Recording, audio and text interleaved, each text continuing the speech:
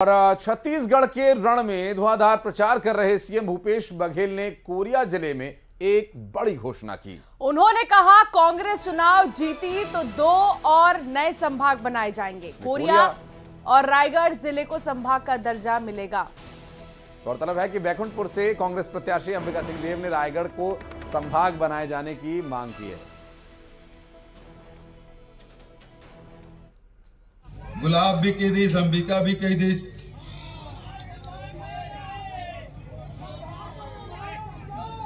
हमार सरकार बनी एक नहीं 2 संभाग बनी उपरा। पहला 2 संभाग हम बनाबो, एक कोरिया और दूसरा रायगढ़। कांग्रेस की सरकार बनाओ 2 संभाग, कोरिया संभाग और रायगढ़ संभाग।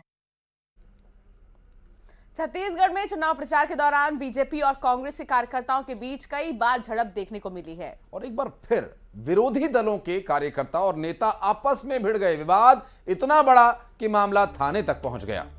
आपके टीवी स्क्रीन पर चल रही ये दोनों तस्वीरें इसकी गवाह है। पहली तस्वीर बिलासपुर जिले की है, जहां वोटर लिस्ट बांटने को लेकर विवाद हुआ, जबकि दूसरी तस्वीर आप देख रहे हैं कोरबा जिले की है। बिलासपुर और कोरबा से सामने आई ये 2 तस्वीरें जहां पर मारपीट हुई। बिलासपुर और कोरबा में ये चुनाव प्रचार का असर है। चुनाव में आपसी मतभेद जो है वो सपोर्टर्स के बीच भी देखने को मिलता है और सपोर्टर्स भी अक्सर अंशिका एक दूसरे से उलझते नजर आते हैं और अपने नेता के प्रचार के चलते ये अपनी निजी सुरक्षा को भी ताक पर रख देते हैं। बिलासपुर और कोरबा में भी ऐसा ही कुछ विवाद देखने को मिला, जहां चुनाव प्रचार के दौरान हुई खींचतान के चलते ये विवाद हुआ। तो बिलासपुर में विवाद हुआ, जहां सरकंडा थाना क्षेत्र के बांधवा पारा अटल आवास कॉलोनी में बीजेपी और कांग्रेस के कार्यकर्ता आपस में भिड़ गए। बताया जा रहा है कि वोटर लिस्ट बांटने को लेकर विवाद शुरू हुआ, जो देखते ही देखते झड़प में बदल गया। बस क्या था, बीजेपी के पार्षद और कांग्रेस कार्यकर्ताओं के बीच झड़प होने लगी। दरअसल दोनों पक्षों के बीच इस दौरान जमकर गाली गलौच हुई। विवाद इतना बढ़ गया कि मामला थाने तक जा पहुंचा। दोनों पक्ष शिकायत दर्ज कराने सरकंडा थाने पहुंचे और उसके बाद ये सामने आई तस्वीर, जो कि सोशल मीडिया पर भी काफी देखी जा रही है। बांधवा पारा में अटल आवास का ये मामला बताया जा रहा है, जहां कांग्रेस और बीजेपी के कार्यकर्ता आपस में ही भिड़ गए। चुनाव प्रचार में जो मतभेद है वो विवाद तक जा पहुंचा और चुनाव प्रचार के दौरान मारपीट की खबर कोरबा से भी सामने आई, जहां लक्ष्मण वन क्षेत्र में कांग्रेस कार्यकर्ताओं पर हमला किया गया, जिसके बाद कांग्रेस कार्यकर्ता सिटी कोतवाली थाने पहुंचे और शिकायत दर्ज कराई, जिसके बाद पुलिस ने तत्परता दिखाते हुए 2 आरोपियों को गिरफ्तार किया। कांग्रेस ने 5 आरोपियों पर हमला किए जाने की बात कही है। साथ ही बीजेपी पर हमला करवाने का आरोप यहां जो पीड़ित है उनके द्वारा लगाया गया।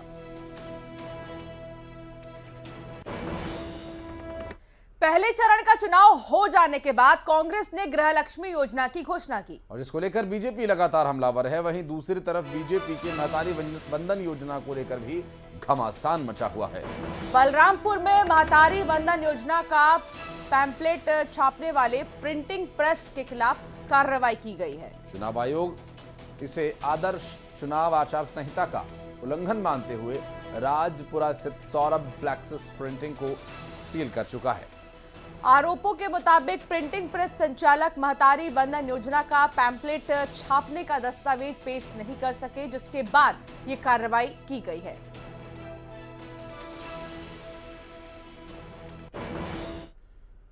बढ़ते आगे, आपको बता दें कि कमलनाथ ने बीजेपी पर धर्म की राजनीति करने का बड़ा आरोप लगाया। उन्होंने कहा, मैंने सबसे बड़ा हनुमान मंदिर बनवाया, मेरे मंदिर जाने से बीजेपी के पेट में दर्द होता है।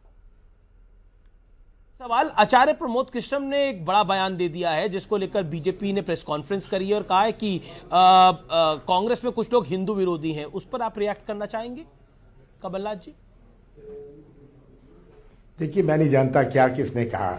मैं ये जानता हूं, ना हम हिंदू विरोधी है, हम धर्म को राजनीतिक मंच पर नहीं लाते। हम धर्म आचार का विषय है, विचार का विषय है, राजनीतिक प्रचार का विषय नहीं है।